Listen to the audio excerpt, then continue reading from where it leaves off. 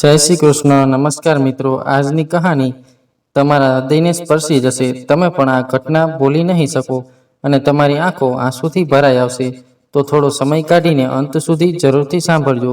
રાજકોટ શહેરમાં બેડલા ગામમાં નરેશભાઈ અને એમનો પરિવાર રહેતો હતો. થોડા જ લોકોની વસ્તી ધરાવતું આ ગામ અહીંના લોકોના સ્વભાવને રીતે ખૂબ પ્રખ્યાત હતું. દિલથી ભોળા અને માનવતાવાળા આ ગામમાં એક ખોરડું નરેશભાઈનું પણ હતું. નરેશભાઈ અને એમના પત્ની શીલાબેન બંને પતિ પત્ની આ જ ગામમાં રહીને પોતાનું જીવન પસાર કરી રહ્યા હતા. અતિ મધ્યમ વર્ગની પરિસ્થિતિ ધરાવતા નરેશભાઈ સ્વભાવે ખૂબ જ ઉદાર અને ગાય જેવા ભોળા હતા. રાજકોટ નજીક આવેલા એક કારખાનામાં તે એક વર્કર તરીકેની નોકરી કરતા હતા અને એમના પત્નીએ ગામના જ આંગણવાડીમાં કામ કરતા હતા. નરેશભાઈની સાથે એમના પત્ની શીલાબેનનો સ્વભાવ પણ ખૂબ સારો હતો. નરેશભાઈના મમ્મી પપ્પા તો થોડા સમય પહેલા જ અવસાન પામી ગયા હતા. હવે ઘરમાં બસ આ બંને પતિ પત્ની જ રહેતા હતા. શીલાબેન પરણીને આવ્યા ત્યારથી લઈને અત્યાર સુધી એમણે નરેશભાઈના ઘરની જવાબદારી એવી રીતે પોતાના હાથમાં લઈ લીધી હતી કે ક્યારેય નરેશભાઈને શીલાબેન પ્રત્યે અણગમો આવ્યો નથી. લગ્નને આજે તો પૂરા 14 વર્ષ થઈ ગયા હતા અને આ બંને પતિ પત્નીનો પ્રેમ હજુ એ પહેલા દિવસ જેવો જ લાગતો હતો. આર્થિક રીતે તો સ્થિતિ કંઈ સારી ન હતી, પરંતુ એમની માનસિક સ્થિતિ તો એનાથી પણ વધારે કથળી હતી. ભગવાને એમને એક પણ સંતાન આપ્યું ન હતું. બંને પતિ પત્ની આવનારા આ વાત લઈને ખૂબ ઉદાસ થઈ જતા અને એક સ્ત્રીનું મન છે જે આ વાતને લઈને ઘણીવાર ભરાઈ આવતું હતું. નરેશભાઈ પણ શીલાબેનનું આ દુઃખ સમજતા હતા અને એમની હાલત જોઈને પોતે પણ દુઃખી થતા હતા. બંને જણાએ કોઈ દિવસ પણ કોઈ સાથે દુર્વ્યવહાર કે કોઈ કપટ કર્યું ન હતું અને ગામમાં પણ એમની ઇજ્જત ઘણી વધારે હતી. બધા એમને માન સન્માનથી બોલાવતા હતા. અનેક દવાઓ, માનતાઓ અને ઈલાજો કરાવવા છતાં પણ શીલાબેન ગર્ભધારણ કરી શકે એમ ન હતા. હવે તો આ બંને પતિ પત્ની મા બાપ બનવાની ઈચ્છા મૂકી દીધી હતી. શીલાબેન આંગણવાડીમાં કામ કરતા એટલે નિત્યક્રમ મુજબ બધા બાળકોને પોતાના ઘરેથી તેડી આવવાના, આંગણવાડીમાં મૂકી થોડા સમય પછી ફરી એમના ઘરે પાછા મૂકી આવવાના. પોતાને તો બાળક ન હતું, પણ આ આંગણવાડીના બાળકોને પોતાના સગા બાળકોની જેમ રાખતા હતા. સામે બાળકો પણ શીલાબેનના ખૂબ જ લાડકા હતા. જ્યારે પણ શીલાબેન ઉદાસ થાય ત્યારે આ બાળકો સાથે સમય વિતાવીને પોતાને ખુશ રાખવાનો પ્રયત્ન કરતા રહેતા. એક દિવસ શીલાબેન એક પછી એક બધા બાળકોને પોતપોતાના ઘરે મૂકીને આવતા હતા અને એમની સાથે રહેલ નાનકડા ચિંટુને એના ઘરે મૂકીને પછી પોતાના ઘરે જવા નીકળવાના હતા. એટલી જ વારમાં ચિંટુ દોડીને પોતાના ઘરે જવા ગયો અને શીલાબેનના હાથમાંથી એનો હાથ છૂટી ગયો. ચિંટુ હજી ઉંમરમાં નાનો હતો એટલે વધારે દોડવાથી એ જમીન પર પડી ગયો અને ગોઠણ અને માથા પર થોડું ઘણું વાગી ગયું. શીલાબેન તો ગભરાઈ ગયા. એ દોડીને ચિંટુને ઊભો કર્યો. ચિંટુ રાડો પાડીને રડવા લાગ્યો. એટલી વારમાં જ ચિંટુના મમ્મી એના દીકરાને અવાજ સાંભળી હાફડા ફાફડા બનીને દોડતા આવ્યા. બેટા ચિંટુ, શું થયું? મારા લાલ ચિંટુને ગોઠણમાં સહેજ લોહી પણ આવી ગયું હતું અને આ જોઈને એના મમ્મી શીલાબેન પર લાલ પીળા થઈ ગયા. ક્યાં ધ્યાન છે તમારું? મારું બાળક ધ્યાન રાખવું એ તમારી જવાબદારી છે. આમ જુઓ તો ખરી શું હાલત થઈ છે મારા દીકરાની. ચિંટુના મમ્મી ગુસ્સામાં આવીને શીલાબેનને કહેવા લાગ્યા. શીલાબેન થોડા ગભરાયેલા અવાજે બોલ્યા, મને ખબર પણ ના પડી કે ક્યારે ચિંટુએ મારો હાથ છોડીને દોડવા ગયો અને પથ્થરનું ઠેબું આવતા નીચે પડી ગયો. મને માફ કરજો, મારા લીધે ચિંટુને વાગ્યું છે. હું એને અત્યારે જ દવાખાને લઈ જાઉં. ના ના, હવે તો તમે રહેવા જ દો. આવી ખોટી હમદર્દી જતાવવાનું છોડી દો. ક્યાં જોઈને ફરો છો? આ તો ભગવાનની કૃપા છે કે મારા દીકરાને કંઈ થયું નથી, બાકી હું તમને છોડત નહીં. તારી જેવી વાંજણીને શું ખબર કે એનું બાળક એની માતાને કેટલું વહાલું હોય છે. કદાચ તમારા એક માની સાચવણ જ નથી એટલે ભગવાને તને સંતાન વિહોણી રાખી છે. આવેશમાં આવીને ચિંટુના મમ્મી ન કહેવાના વેણ શીલાબેનને કહેવા લાગ્યા. આ બહેનના એક શબ્દ શીલાબેનને તીરની જેમ વાગતા રહેતા. એ પોતાની જાતને રોકી શકતા ન હતા. એની આંખોમાંથી બોર જેવડા આંસુ નીચે સરવા માંડ્યા. એ બે હાથ જોડી ચિંટુના મમ્મીની માફી માંગી પોતાના ઘરે જવા માટે રવાના થયા. આખા રસ્તા પર એકવાર પણ એના આંસુ બંધ ન થયા અને ચિંટુના મમ્મીના વાક્યો હજુ એના મગજમાં ચાલતા હતા.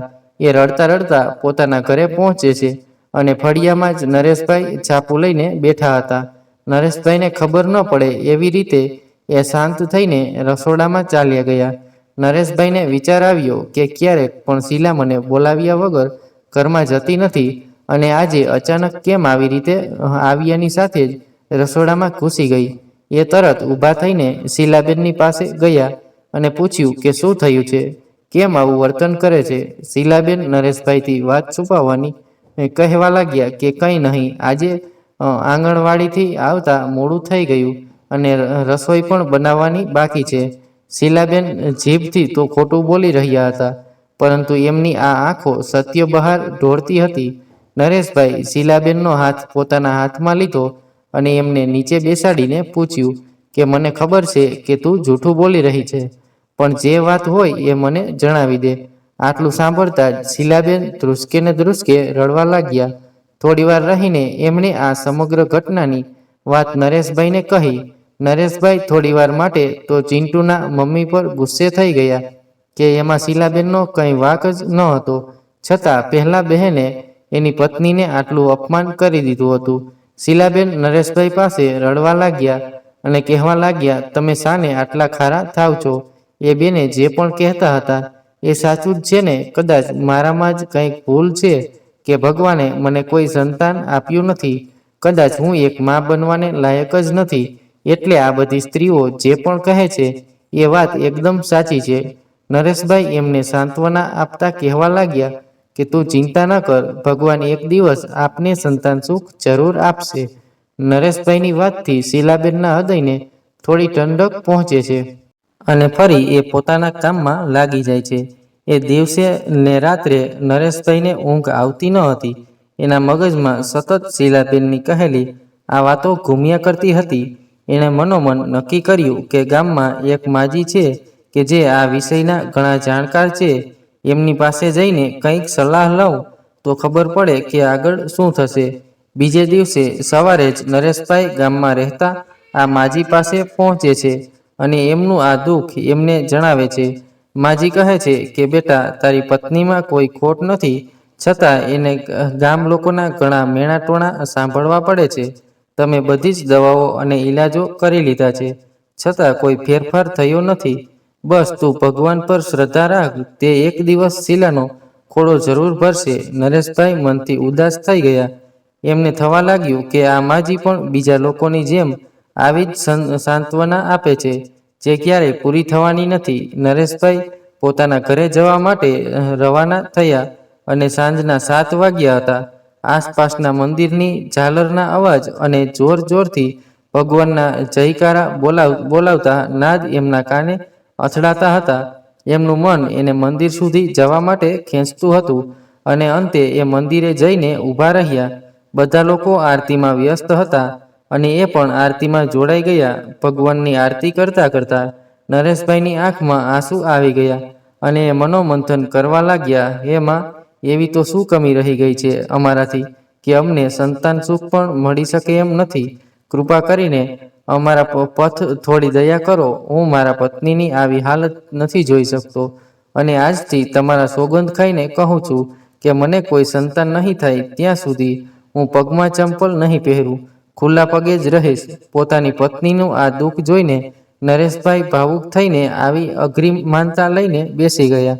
ઉનાળાનો કાળઝાળ તડકો અને નરેશભાઈ પોતાની આ લીધેલી બાધાને લીધે ઘણીવાર હેરાન પણ ખૂબ થયા. અંતે જાણે તો વર્ષોના દુકાળ પછી વરસાદનું ટીપું પડ્યું હોય એવી રીતે શીલાબેનને ગર્ભધારણ થયું. બંને પતિ પત્ની ખુશીઓનું કોઈ ઠેકાણું ના રહ્યું. નરેશભાઈ એક દિવસ પણ શીલાબેનથી દૂર ના ગયા. એમણે એક પતિ તરીકેની બધી જ ફરજ નિભાવી અને એની પત્નીના આ સમયમાં એક સહારો બનીને એમની સેવા કરી. નરેશભાઈ અને શીલાબેનના ઘરે એક નાનકડી દીકરીનો જન્મ થયો. નવરાત્રિના પ્રથમ દિવસે જ એમના ઘરે આ બાળકનો જન્મ થયો હતો. નરેશભાઈને થયું કે સાક્ષાત માતાજી એમના ઘરે આવ્યા છે અને આ બંને પતિ પત્નીએ એની લાડકી દીકરીનું નામ રાખ્યું દુર્ગા. દુર્ગાને જોઈને જ આ બંને પતિ પત્નીને પોતાના બધા જ દુઃખ ભૂલીને ખુશ રહેવા લાગ્યા. ભગવાને આટલા વર્ષો પછી આ બંનેની પ્રાર્થના સાંભળી હતી. એક નાનકડી ફૂલ જેવી દીકરી એમને આપી હતી. દુર્ગાના આવવાથી ઘરની પરિસ્થિતિ પણ થોડી સુધરતી જતી હતી. જોત જોતામાં દુર્ગા પણ શાળાએ જવા જેવડી થઈ ગઈ.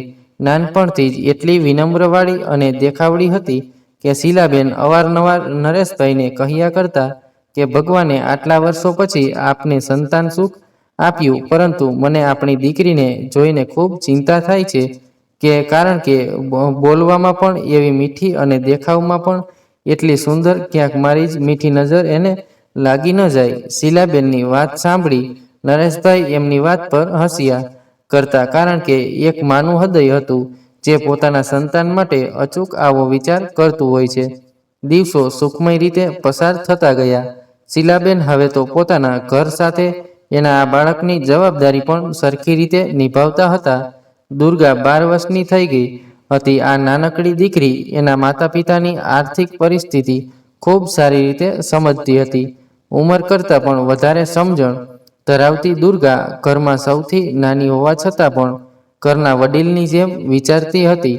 રાતના સમયે જ્યારે બધા જમવા બેઠા હોય ત્યારે દુર્ગાની કાલી વાતો સાંભળીને આ બંનેને પતિ પત્નીની આંખો ટાઢી થતી હતી.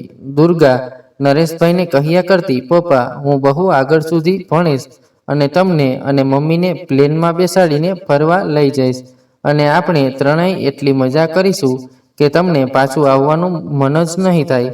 નાનકડા જીવના મોઢેથી આ વાત સાંભળી નરેશભાઈ ખુશ થતા અને દુર્ગાના માથા પર હાથ ફેરવીને કહેતા કે માતાજી તારી બધી જ ઈચ્છા પૂરી કરે અને હંમેશા તને ખુશ રાખે. દુર્ગાના આવવાથી નરેશભાઈના ઘરનો માહોલ પૂરી રીતે બદલાઈ ગયો હતો. બંને પતિ પત્ની પોતાની દીકરીને શ્રેષ્ઠ જીવન આપવા માટે કંઈક ને કંઈક નક્કી કર્યા કરતા. દુર્ગા નરેશભાઈને પોતપોતાની મનગમતી વસ્તુના નામ જણાવતી જાય અને નરેશભાઈ એની લાડકડી એ કીધેલી વસ્તુ એની સગવડતા મુજબ લાવતા જાય.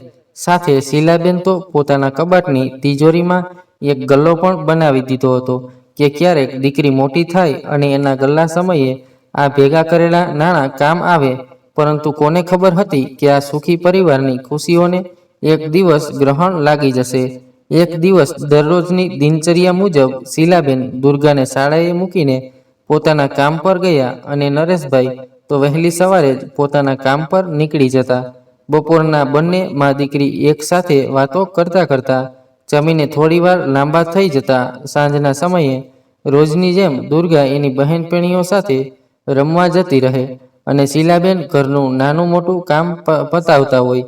એ રોજ પોતાના પતિ માટે ગરમા ગરમ જમવાનું બનાવે, જેથી આખો દિવસ થાકેલા નરેશભાઈ એના પત્નીના હાથનું ગરમા ગરમ ભોજન જમીને ખુશ થઈ જાય.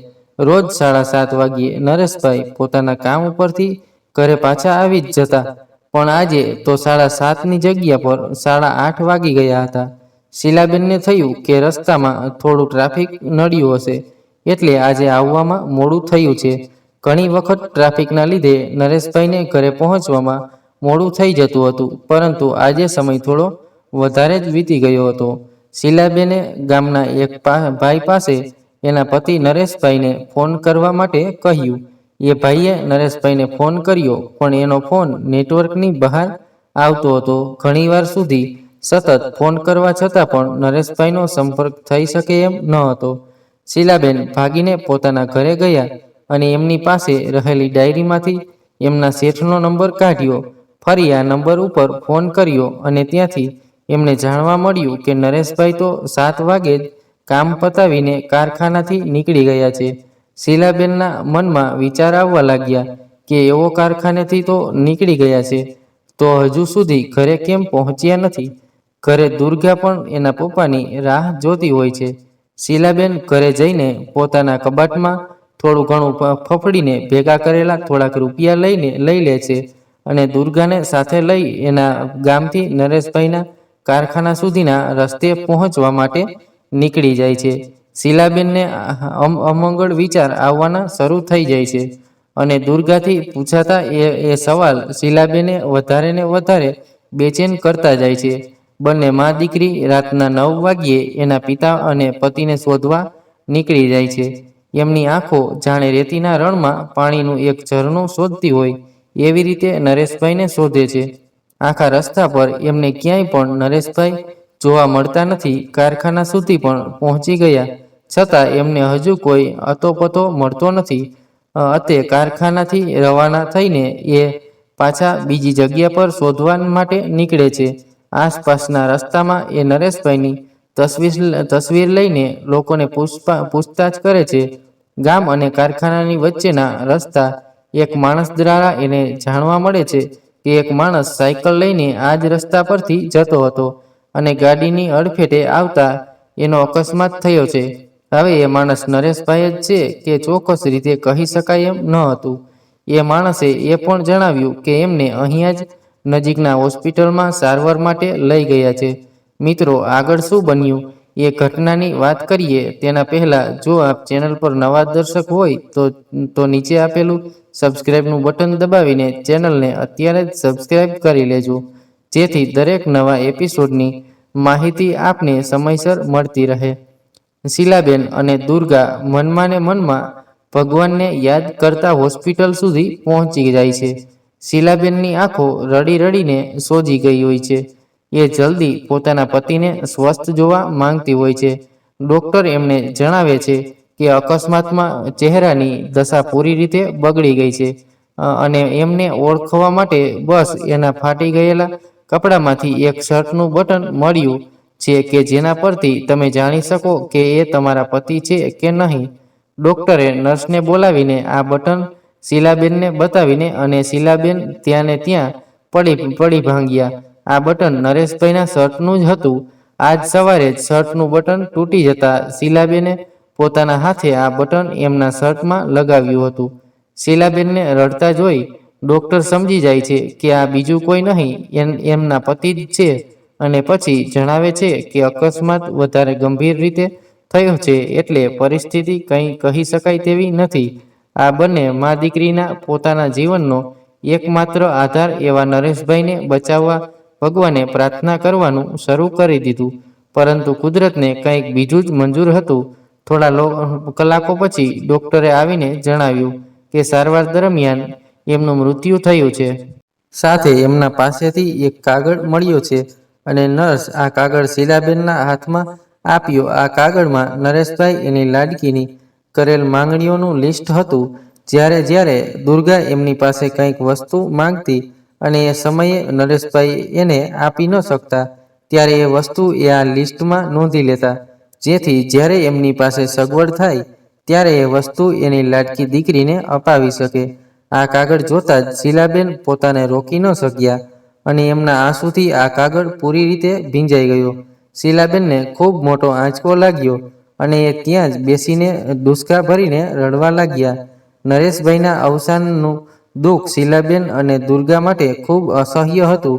એક ઝટકામાં જ ભગવાને આ ખુશખુશાલ પરિવારને એક તીણક જેમ વિખરીને નાખ્યું હતું. પતિના મૃત્યુ પછી શીલાબેન તો જાણે ડિપ્રેશનમાં જતા રહ્યા હોય એવી રીતે ગાંડા જેવા બની ગયા હતા. ગામના લોકોએ એમને સમજાવ્યા કે જો પોતે જ આવું કરશે તો એની દીકરીનું શું થશે. શરૂઆતના સમયમાં તો શીલાબેનને ખૂબ તકલીફ પડી અને થોડા અંતર પછી આ ઘાવ ધીમે ધીમે રૂજાતો ગયો. બંને મા દીકરી એકલા રહીને પોતાનું ઘર ચલાવી જિંદગી જીવવા લાગ્યા અને દુર્ગાને પોતાના પિતા વગર અધૂરું ના લાગે એ માટે પોતે મા બાપ બંનેનો પ્રેમ દુર્ગાને આપતા હતા. તેમજ છેલ્લા સમયે નરેશભાઈ પાસેથી મળેલો એક કાગળ જે શીલાબેને હજુ પણ સાચવીને રાખ્યો હતો અને એના પતિનું અધૂરું કામ પૂરું કરવા માટે એ આ કાગળમાંથી એક એક વસ્તુ જોઈને જ્યારે પણ પોતાની પાસે કંઈક રૂપિયા ભેગા થાય ત્યારે દુર્ગાને લઈ આપતા અને કહેતા કે તારા પપ્પાએ ભગવાન સાથે તારી માટે વસ્તુ મોકલાવી છે. બાપાની છત્રછાયા વગર મોટી થયેલી દુર્ગા જીવનમાં એમ તો ઘણી હોશિયાર હતી. ઘરની પરિસ્થિતિ અને માતાની લાચારીઓ એને એટલી તો લાયક બનાવી જ હતી કે પોતે એના ઘરની જવાબદારી એને ઉપર લઈ શકે. નવી નવી પરીક્ષાઓની તૈયારી કરી, સાથે મમ્મીને ઘરકામમાં પણ મદદ કરી, ગામના ગરીબ લોકોના છોકરાઓને પણ ભણાવતી રહેતી. એનું એક જ લક્ષ્ય હતું કે ગામની કોઈ પણ છોકરી શિક્ષણ વગરની ન રહે. એક દિવસ દુર્ગાની એટલી મહેનત પછી એને શહેરમાં એક સારી કંપનીમાં નોકરી મળી ગઈ. શીલાબેન આ વાત સાંભળીને ખૂબ ખુશ થયા. દુર્ગા પોતાના ગામથી શહેર સુધી અપડાઉન કરીને પોતાની નોકરી કરતી હતી.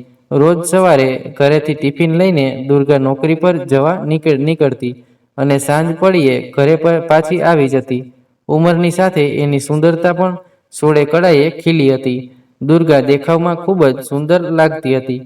એ પોતાના કામને લઈને ઘણી સજાગ હતી. આજ સુધી એની ઓફિસમાંથી પણ એની કોઈ ફરિયાદ આવી ન હતી. ઉપરાંત એના બોસ પણ એનું કામ જોઈને ખૂબ ખુશ હતા.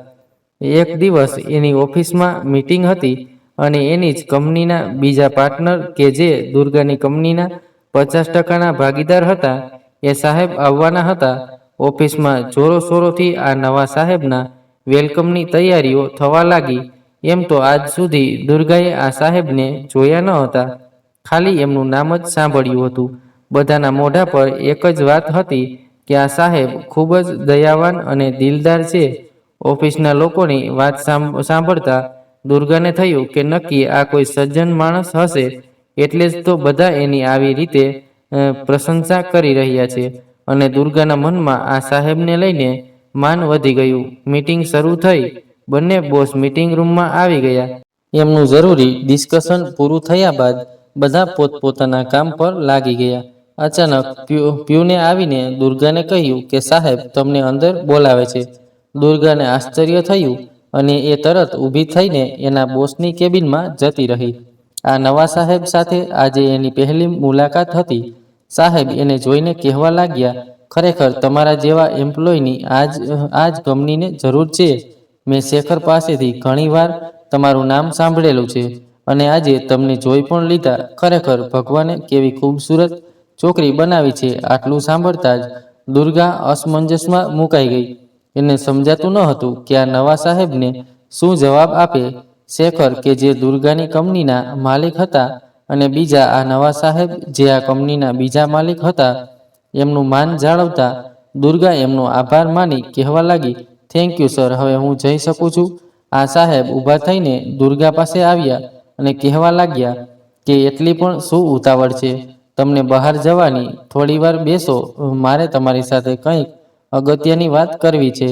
એના હાવભાવ જોતા દુર્ગાને કંઈક શંકા જતી હતી. આજ સુધી ઓફિસમાં કોઈ પણ માણસે એની સાથે આવો વ્યવહાર કર્યો ન હતો. એના પણ પગ તો ધ્રુજવા લાગ્યા અને કહેવા લાગી, સોરી સર, મારે અત્યારે તાત્કાલિક એક અસાઇનમેન્ટ આપવા પડે એમ છે, એટલા માટે મારે જવું પડશે. ત્યાં જ એના જૂના બોસ શેખરભાઈ કેબિનની અંદર આવી ગયા અને દુર્ગા તરત જ ઓફિસની બહાર નીકળી ગઈ. એની જગ્યા પર બેસી ગઈ અને એના મનમાં આ નવા સાહેબની વાતો ઘૂમવા લાગી. એનું મન ગભરાવા લાગ્યું, કારણ કે એક સ્ત્રીને હંમેશા એવી ખબર પડી જાય છે કે કયો માણસ એની સામે કઈ રીતે જોઈ રહ્યો છે. દુર્ગા આ વાત કોઈને કરી શકે એમ પણ ન હતી અને એ એમ સમજીને પોતાના મનને મનાવી લે છે કે કદાચ મોટા શહેરથી આવેલા લોકો આટલી ફ્રેન્ડલી વાતો કરતા હશે, કદાચ હું ખોટી પણ હોઈ શકું. અને એ પોતાના કામમાં લાગી જાય છે. એ ધ્યાનપૂર્વક એનું કંઈક કામ કરતી હતી.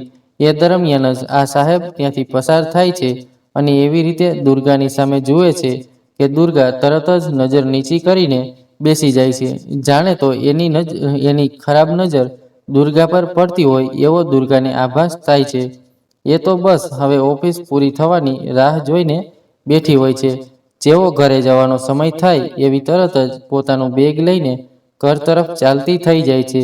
આખા રસ્તા પર એને આ જ બધા વિચારો આવ્યા કરે છે અને બીજે દિવસે નોકરી પર કેવી રીતે જશે એની ચિંતા એને સતાવવા લાગે છે. ઘરે જઈને એના મમ્મી શીલાબેનને કોઈ પણ પ્રકારની વાતચીત કરતી નથી. ફરી બીજા દિવસે આ સાહેબ તરફથી બીજું કંઈક નવું જોવા મળે અને આ ક્રમશઃ શરૂ જ રહે છે. દુર્ગા એટલી સક્ષમ ન હતી કે પોતાની સાથે થતા આવા અન્યાય સામે લડી શકે, એટલે અંતે એ આ નોકરી છોડવાનું નક્કી કરી દે છે અને પોતાનું રિઝાઇન લેટર બનાવી એના બોસને આપી દે છે. ઓફિસના લોકો પણ બધા આશ્ચર્યચકિત થઈ જાય છે કે અચાનક દુર્ગા કેમ નોકરી મૂકવાની વાતો કરે છે. એ પોતાના બોસ સામે નજર મેળવી શકતી ન હતી. ઘણી મથામણ કર્યા પછી એના બોસે એને છેલ્લો સવાલ કરે છે કે તારું નોકરી મૂકવાનું કારણ અમને જણાવી દે અને અમે તારો આ લેટર સ્વીકારી લેશું. એ જ સમયે એના બોસ શેખરભાઈમાં કોઈકનો ફોન આવે છે અને વાત કરવા માટે થોડા દૂર જાય છે અને દુર્ગા એનું મોઢું નીચું કરીને ત્યાં જ ઊભી હોય છે. પહેલા સાહેબ ત્યાં આવે છે અને આ લેટર જોઈને કહે છે કે તું ધારે તો પણ મારી નજરથી દૂર નહીં જઈ શકે. હવે તો તમે મને ખરેખરના ગમી ગયા છો. હું કહું એમ ચાલવા લાગો, તમે મારે નોકરી કરવાની પણ જરૂર નહીં પડે.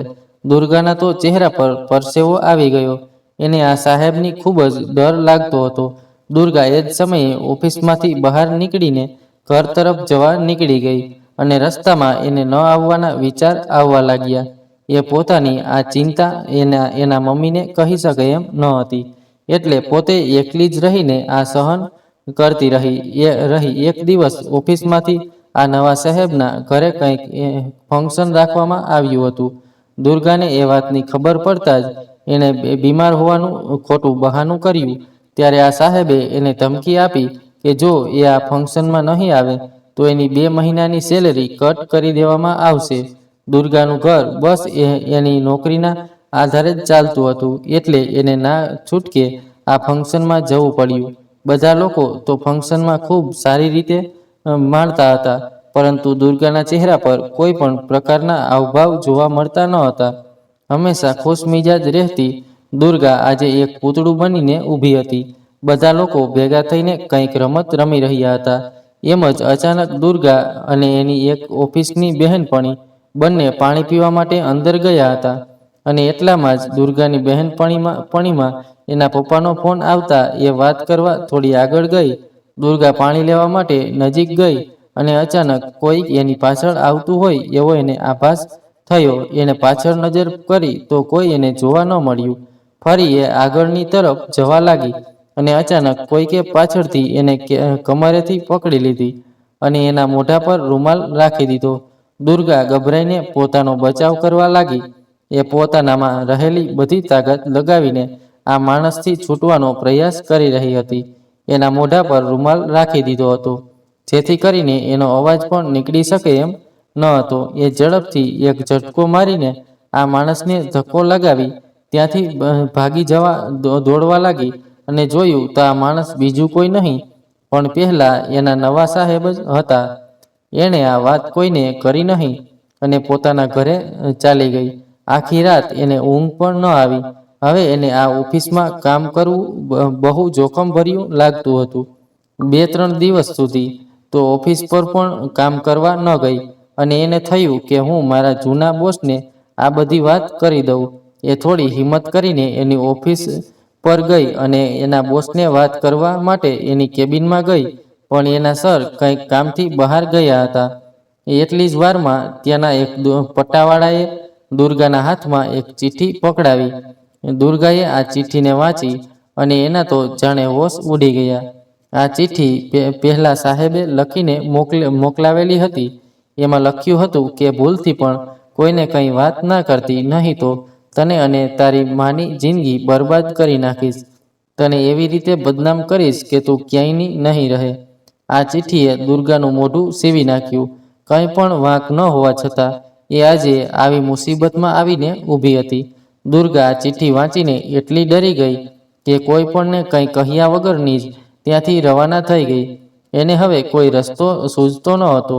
એને બસ પોતાનું જીવન ટૂંકાવવાના અમંગળ વિચાર આવ્યા કરતા હતા, પરંતુ એના મમ્મીનો ચહેરો એને આ કામ કરવા માટે અટકાવતો હતો, કારણ કે નાનપણથી જ પિતાના અવસાન પછી માતાએ એને લાડકોડથી મોટી કરી હતી અને અત્યારે માતાના આવા સમયમાં એને એકલા છોડી દેવા તો હું સંતાન કહેવાને લાયક નથી, એવું વિચારીને કે આગળ ચાલતી થાય છે. પછી તો દુર્ગા બીમારીનું નાટક કરીને થોડા દિવસ ઓફિસ જવાનું ટાળી દીધું. આ દિવસોમાં એ વધારે ને વધારે ચિંતામાં જવા લાગી. કંઈ પણ ખાવા પીવામાં ધ્યાન ન રાખતી. શીલાબેનને પણ દીકરીની ચિંતા થવા લાગી. આજે દુર્ગાને એના પપ્પાની ખૂબ જ યાદ આવતી હતી. કારણ કે દરેક પરિવારમાં પિતાનું સ્થાન સૌથી મહત્વનું હોય છે અને પિતા વગરની જિંદગી એક બાળક માટે ખૂબ અઘરી બની જાય છે. કારણ કે એક પિતા એના સંતાનની એક બહુ મોટી ઓળખાણ હોય છે. દુર્ગા પોતાના પિતાને યાદ કરીને રડતી હોય છે અને ભગવાન સામે પ્રાર્થના કરતી હોય છે કે કદાચ આજે મારા પપ્પા જીવતા હોત તો એ નક્કી આવા માણસોને સબક શીખવત. આ દિવસોમાં ફરી નવરાત્રીનો તહેવાર આવી ગયો અને શીલાબેન જૂની યાદોમાં ખોવાઈ ગયા. એ દુર્ગાને કહેવા લાગ્યા કે અમે ઘણા વર્ષો સુધી સંતાન વગરનું જીવન હતું, પણ માતાજીએ અમને તારા જેવી દીકરી આપીને ધન્ય કરી દીધા. તારા પપ્પા તો તને લઈને એટલા ખુશ હતા. શીલાબેન એટલા હરખથી દુર્ગાને એના ભૂતકાળની વાતો કરી રહ્યા હતા, પરંતુ દુર્ગાને જરા પણ રસ ન હોય એવી રીતે શીલાબેનની વાતો સાંભળી રહી હતી. એમણે પૂછ્યું પણ ખરા કે કંઈ થયું છે?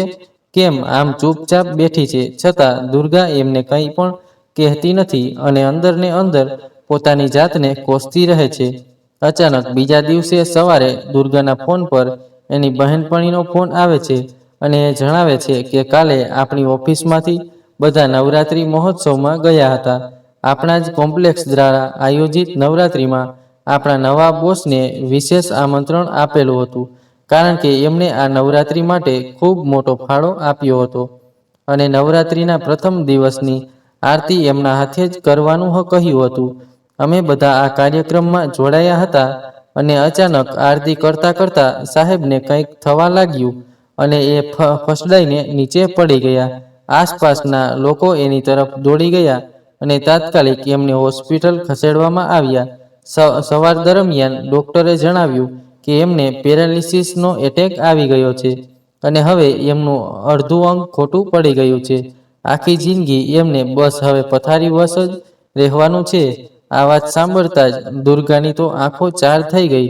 એને સમજાતું ન હતું કે આ વાતમાં પોતે ખુશ થાય કે દુઃખી, પણ એના આ નવા સાહેબે એની સાથે જે કંઈ પણ વર્તન કર્યું હતું એના બદલામાં એને સરખી સજા મળી ગઈ હતી.